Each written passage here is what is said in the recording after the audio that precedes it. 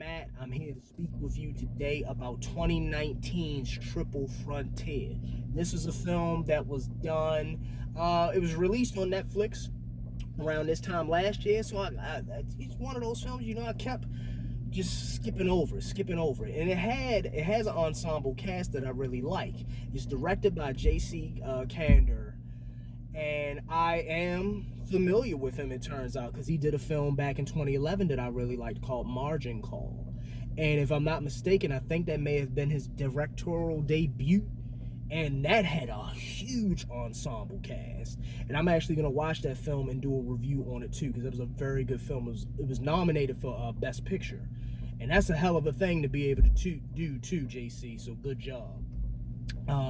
But Triple Frontier is a very good, solid film. I guess to put it in a genre of kind of like action, suspense, military, drama, kind of like all of that mixed into one, because it's a film that takes itself very seriously. And it has a smaller ensemble. You have Oscar Isaac, you have Ben Affleck, you have Charlie Hunnam, you have Garret Hedlund, and you have Pedro Pascal. All of these actors are solid. They really are. Two of them, I know Ben was nominated for an Oscar. If I'm not mistaken, Ben was not only nominated, but I think he won an Academy Award. He is Academy Award winner. I think Oscar was at least nominated. The other three, I think they're worthy of it. And you got to go further into the story. Let's tackle that down. So these guys, they portray, I'm gonna give you the code names. Red Fly, that's Ben Affleck. Pope, that's Oscar Isaac. Ironhead, that's Charlie Hunnam. Pedro Pascal is Catfish, and Garret Hedlund is Benny. Now, Benny and Ironhead are actually brothers. So this film is about this entourage of guys that they are former Delta Force. And you get the sense of that too, like when they initially meet each other. They all, at the start of the film, they're all like doing regular jobs with the exception of Oscar Pope. He is the only one who never left that lifestyle. But Charlie Hunnam's character, Ironhead, he's a motivational speaker for the military. Red Fly is a realtor. Catfish is what he was in the military, a pilot, but you end up finding out the hardship that he's facing. Garret Hedlund's Benny, he is an MMA fighter. And this cast does have really good chemistry together. They do a real good job of portraying battle-hardened and weary warriors. Like, I mean, you really get to see how good they are when they take on this mission. Oscar's Pope was in the middle of, at the start of the story, it starts off with you see him fighting cartel members, and he's trying to track down this crime lord named Lorea. He's having trouble doing that, but he has an informant who lets him know that Lorea is in the middle of the jungle down in South America at a safe house. That's where he keeps his money, that's where his family is. So boom, Pope is like, good. Now, this is going to be a tough mission. Let me go check in with my brother-in-arms from the past. So he tracks them all down and talks them into joining. And Pope gets his bright idea is like, you know what? We had it hard back in the military. We bust our asses. We got shot the hell up.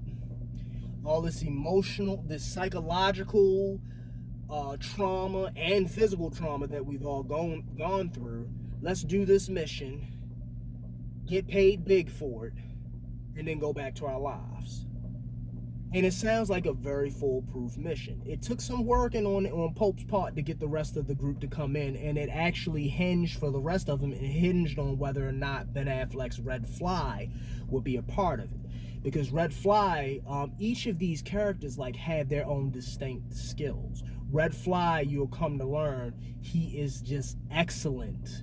He's an excellent motivational speaker. He's an excellent speaker. He's an excellent leader, he's a strategist, tactician. Like, he had that on lock, the way he planned that mission out. Charlie's Ironhead, all of these guys are warriors, but Ironhead, you do get to see that, yeah, Ironhead was really good. He was very good at that. He was very good with calculation. He was very good. He always counted everything that he did.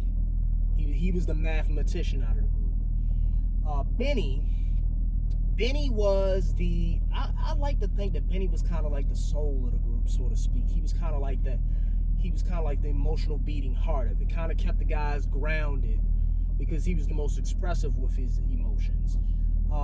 Catfish was the pilot. Like, if it wasn't for Catfish, you know, they wouldn't be able to do the mission in the first place. They needed the best pilot. That's what he was. Pope himself, how would I describe Oscar Isaac's character? I guess you could say he was kind of the tip of the spear. He was the tip of the spear.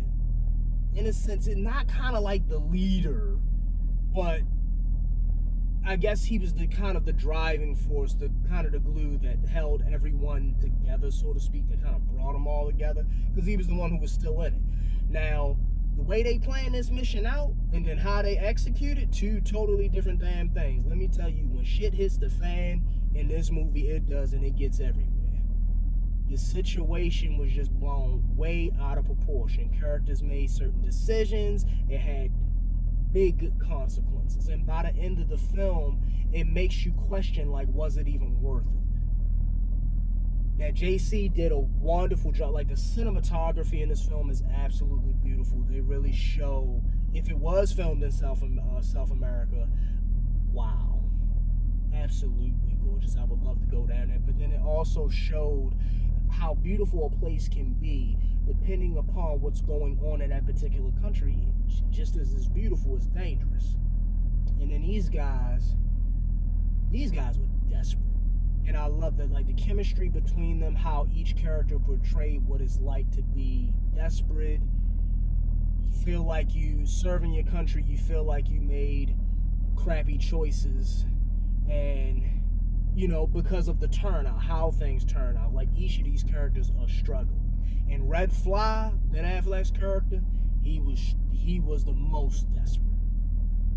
But it's a very good film, guys. You should check it out. The action sequences in it are great, well filmed. It felt hyper realistic to me. Like when guys got shot, you know, a lot of these films these days, action films especially, even with the military ones, they use kind of like that CGI blood.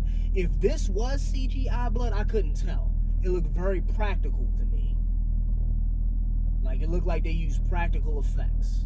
And they did a very good job. And I would love, if any of you, any of my viewers, if you are either active military or ex-military, please, you know, post your comments down below. Because I want to know, like, how did they do as far as, like, the military tactics that were employing? Like, did they clear the rooms properly and stuff like that? Because I know a couple of people who are ex-military, and they say, no, they didn't necessarily do that right. Just little nitpickings there. But if you haven't seen Triple Frontier, check it out. It's a solid film. I think you will very much enjoy it. If you like my review, please hit the like button. Feel free to share it. And if you want to see more, subscribe. I'm going to be doing a lot more reviews. Again, I'm going to check out J.C. Cander's Margin Call again. I'm going to do a review on that because that was a great film too. Completely different direction than Triple Frontier. But JC, you do a good job with action. I would like to see a sequel to this, just to see where the characters go from there. Doesn't need a sequel. It's a standalone. A good standalone, but I would love to see a sequel. You can follow me on Instagram. My Instagram page will be posted within the description beneath the video. And you can also follow me on Facebook, Matthew Bowling on Facebook. And then subscribe to my channel, guys. Let me know what you think about the films. Have a good day. Enjoy yourselves within this quarantine. Be safe. Please be safe. Peace out.